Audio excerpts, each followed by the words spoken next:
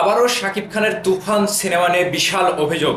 শাকিব খানের তুফান সিনেমাটি নাকি বিদেশে অনুমতি ছাড়াই প্রদর্শন হচ্ছে, এমনটাই অভিযোগ তুলেছে কালবেলা পত্রিকা, আর টিভি মিডিয়া এবং ঢাকা এজ অনলাইন পত্রিকা থেকে। তাহলে শাকিব খানের তুফান সিনেমাটি নিয়ে প্রথম থেকে যে কালবেলা, আর টিভি এবং ঢাকা এজ বিপক্ষে কথা বলছিল, এটাকে আবারও কোনো মাস্টার প্ল্যান তাদের তুফান সিনেমাটিকে আটকানো? কালবেলা থেকে যে নিউজটি করা হয়েছে সেখানে বলা হচ্ছে যে বিদেশে অনুমতি ছাড়াই প্রদর্শিত হচ্ছে তুফান, এমনকি এই অনুমতি তথ্য মন্ত্রণালয় থেকেও নেওয়া হয়নি। যেখানে তারা উল্লেখ করে বলছেন যে তথ্য মন্ত্রণালয় তুফান সিনেমাটি বিদেশে প্রদর্শন হবে এমন কোনো কিছু জানে না। শুধুমাত্র কলকাতা এবং পুরো ভারতবর্ষে তুফান সিনেমাটি মুক্তি দেওয়ার জন্য অনুমতি নেওয়া হয়েছে। তাছাড়া অন্যান্য রাষ্ট্রে তুফান সিনেমাটি মুক্তির কোনো অনুমতি নেওয়া হয়নি। তথ্য মন্ত্রণালয় কালবেলার কাছ থেকে জানতে পেরেছে যে বিদেশে তুফান সিনেমাটি প্রদর্শন হচ্ছে। তাহলে এখানে একটা কথা রয়েছে, কোন সিনেমা মুক্তির অনুমতি ছাড়া দুই একটা রাষ্ট্রে চলতে পারে, কিন্তু তুফান সিনেমাটি আজকে দেখেন 5 তারিখে ইন্ডিয়াতে রিলিজ করা হবে, আর তাছাড়া 28 তারিখ থেকে প্রায় 15টি রাষ্ট্রে চলছে। তাহলে এই অনুমতিবিহীন এই 10টা-15টা রাষ্ট্রে কি চলতে পারে? তুফান টিমের পক্ষ থেকে যেটা বলা হয়েছিল যে তুফান সিনেমাটিকে আটকানোর জন্য শুরু থেকে এফডিসির 19 সংগঠন তুফান সিনেমার বিরুদ্ধে বিভিন্ন রকম অভিযোগ তুলে আনে, যে টাকা পাচার করা, এমনকি সিনেমায় সেন্সর ছাড়পত্র পাবে না, কিংবা 19 সংগঠন এফডিসির কাছ থেকে কোনো অনুমতি নেওয়া হয়নি, কিংবা ট্যাক্স ফাঁকি দিয়ে তুফান সিনেমাটি কলকাতায় শুটিং করা হয়েছে, কলকাতা থেকে তৈরি করে এনে বাংলাদেশে রিলিজ দেওয়া হচ্ছে। এরকম বিশাল বিশাল অভিযোগ তুফান সিনেমার বেলাতে দেওয়া হয়েছিল। কিন্তু এখন আবার নতুন করে ঈদের 15 দিন পার, তারপরেও সিনেমাটি যখন বিদেশে মুক্তি দেওয়া হয়েছে, বিদেশে প্রদর্শন হচ্ছে, অলরেডি কয়েকটা রাষ্ট্রে তুফান সিনেমাটি একেবারে ভালোভাবে প্রচারণায় তারা নেমে গিয়েছে, এমনকি সেখানে প্রদর্শিত হচ্ছে। তাহলে এখন কেন কালবেলা, আর টিভি এবং ঢাকা এজ এই 3টা অনলাইন মাধ্যম তুফান সিনেমাটিকে নিয়ে একের পর এক ভুয়া নিউজ করেই যাচ্ছে? আসলে কি তাদেরকে কোনো টাকা পয়সা দেওয়া থেকে কি তুফান টিম বিরত রয়েছে, নাকি তাদেরকে কোনো টাকা পয়সা দিচ্ছে না, কিংবা তাদের সাথে মূল ঘটনাটা কি?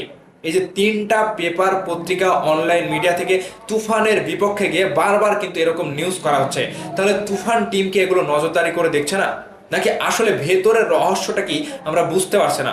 যেখানে বলা হচ্ছে তথ্য মন্ত্রণালয়, এত বড় একটা সরকারি মনে করেন যে মন্ত্রণালয় থেকে যদি তুফান সিনেমাটি প্রদর্শনের অনুমতি নাই দেয়, তাহলে দু একটা রাষ্ট্রে তারা হয়তো চুপি সারে চালাতে পারে, কিন্তু এই যে 10টা, 15টা, 18টা, 20টা রাষ্ট্রে কিভাবে তুফান সিনেমাটি প্রদর্শিত হয়? অবশ্যই তো নিয়ম মেনেই সেখানে প্রদর্শন করা হবে। কিন্তু এখান থেকে যেটা বলা হচ্ছে, তুফান সিনেমা কোনো নিয়মই মানেনি, বিদেশে প্রদর্শনের জন্য কোনো অনুমতিই নেয়নি। তাহলে মূল ফ্যাকড়াটা কোথায় আমি বুঝতে পারছি না। হয়তো টিভি মিডিয়া থেকে তুফান সিনেমার যিনি পরিচালক বা প্রযোজক, তাদের সাথে তাদের বনিবনা হচ্ছে না, কিংবা তাদের সাথে কোনো একটা ঝুট ঝামেলা বেঁধে আসে, যার কারণে কালবেলা থেকে, আর টিভি থেকে এরকম নিউজ করা হচ্ছে।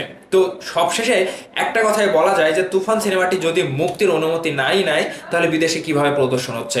আর সেখানকার হল মালিকরা তাদের দেশে, তাদের রাষ্ট্রের কোনো অনুমতি ছাড়া সেখানে চালানোর সাহস কিভাবে পাচ্ছে? এখানে কি কোনো অবৈধভাবে সিনেমা প্রচার করা হচ্ছে? যেটা অনলাইনে প্রচার করা হচ্ছে, বিদেশে যে সকল রাষ্ট্রে সিনেমাটি প্রচার হচ্ছে, প্রদর্শন হচ্ছে, সেই সকল রাষ্ট্রের সিনেমা হল থেকে হল লিস্টও দেওয়া হচ্ছে।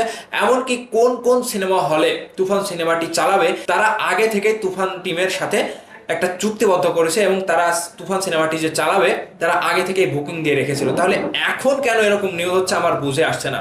কালবেলা, আর টিভি বলেন, কালবেলা বলেন, ঢাকা এজ বলেন, এগুলো আসলেই তুফানের বিপক্ষে সরাসরি এসে নিউজ করছে। শাকিব খানকে নিয়ে নিউজ করছিল, এর পরবর্তীতে বুবলিকে নিয়ে নিউজ করছিল, এখন আবার কোনো কিছু না পেরে তুফান সিনেমাটি বিদেশে প্রদর্শন হচ্ছে, এটা নিয়ে তারা তুফানের বিপক্ষে এসে কথা বলছে। কিন্তু এদের যে ব্যর্থ প্রচেষ্টা শুরু থেকে যখন তুফান সিনেমাটিকে আটকাতে পারেনি, এখনো পারবে না। তুফান সিনেমাটি অলরেডি বাংলাদেশে ব্লকবাস্টার হিট হয়ে গেছে।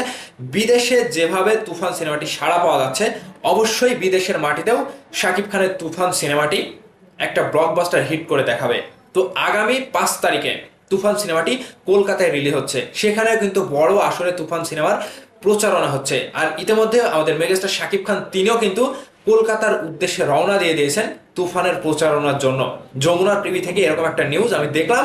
কিন্তু বর্তমান সময়ে বাংলাদেশের যে পরিস্থিতি, একটি সিনেমাকে আটকাতে হলে কত রকম কি বাজে মন্তব্য কিংবা সেই সিনেমাটির বিরুদ্ধে কত রকম মিথ্যে অভিযোগ যে তোলা হচ্ছে, এটা দেখে আমি রীতিমতো অবাক হয়ে যাচ্ছি যে বাংলা ফিল্ম ইন্ডাস্ট্রিতে এরা কিভাবে, মানে বাংলা ফিল্ম ইন্ডাস্ট্রিকে কিভাবে এরা উপরে উঠতে দেবে না কিংবা দমে দেবে, এই মাস্টার প্ল্যান কিন্তু বাংলাদেশের কয়েকটি মিডিয়াও এখন এদের সাথে সংযুক্ত হয়ে গেছে। তো মিডিয়া যখন শত্রুতা করে সিনেমা ইন্ডাস্ট্রির সাথে, তখন কিন্তু বিষয়টা খুবই খারাপ।